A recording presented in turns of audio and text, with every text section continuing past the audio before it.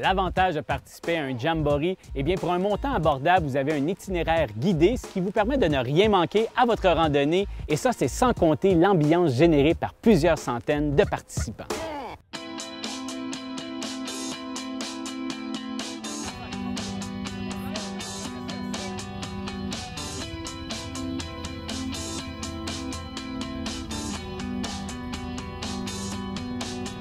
En tant que rédactrice en chef du magazine Sentier Quad, évidemment, il est important de participer aux événements pour voir ce que c'est la vraie activité du quad, y prendre part aussi, rencontrer les gens.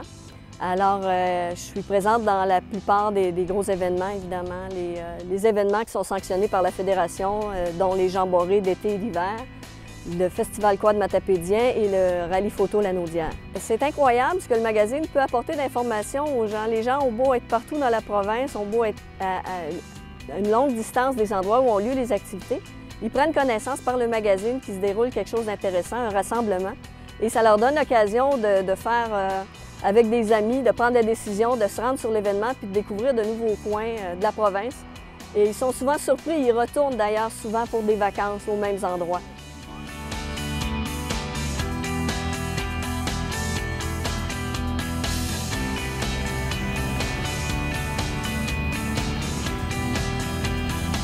Quand on arrive en touriste, il ne faut pas se gêner d'aller voir le concessionnaire ou de contacter le club, de parler avec les gens. Puis ces gens-là dans les régions sont tellement contents d'accueillir des touristes que bien des fois, les clubs ils vont s'offrir de vous guider, de vous emmener voir des beaux points de vue, des endroits qu'en tant que touriste, vous n'auriez pas vu autrement. Donc n'hésitez pas à vous informer dans les clubs, puis dans les stations-service, les concessionnaires, quand vous êtes dans une région, dans un petit village.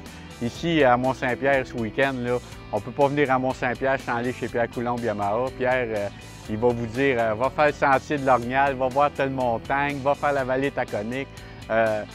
Et c'est des endroits que si on le ferait juste en touriste, sans parler à personne, c'est des endroits qu'on ne verrait pas. On resterait sur le sentier principal, puis on manquerait des belles choses. Donc, c'est important de s'informer aux gens. Tu sais, l'année passée, on est allé à Carleton. Le président du club, il nous a emmenés à des points de vue fantastiques, donc il ne faut pas se gêner.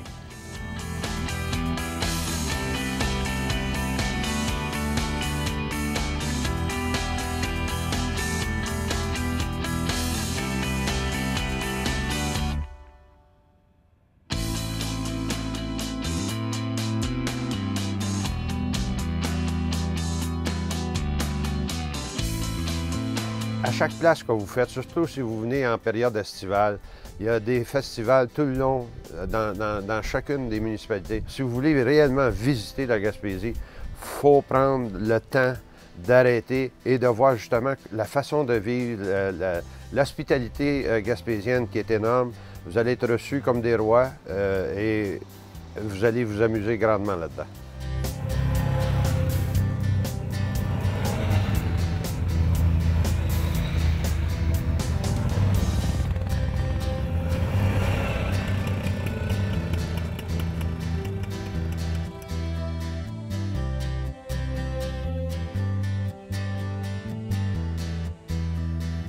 Venez en Gaspésie, venez dans la période estivale, même à l'automne.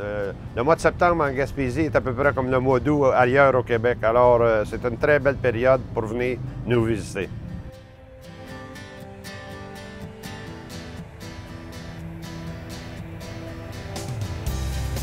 On le voit que le Jamboree en fin de semaine, c'était plein partout, les restaurants, les hôtels, l'épicerie. Ça amène un achalandage, ça amène un dynamisme aussi, puis une autre clientèle. On a collaboré avec les organisateurs, mais on va mettre une emphase particulière sur le développement du VTT à Mont-Saint-Pierre.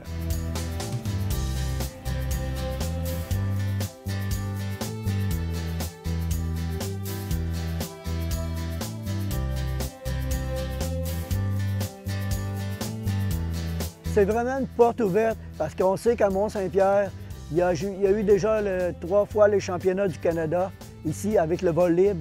Maintenant, c'est une autre porte qui s'ouvre avec le VTT. Je crois que lorsque les gens prendront connaissance des différents documents ou photos ou vidéos qui ont été tournées en fin de semaine, ils ne resteront pas insensibles à ça. Ils voudront tous venir faire le tour à un moment donné ici en Haute-Gaspésie.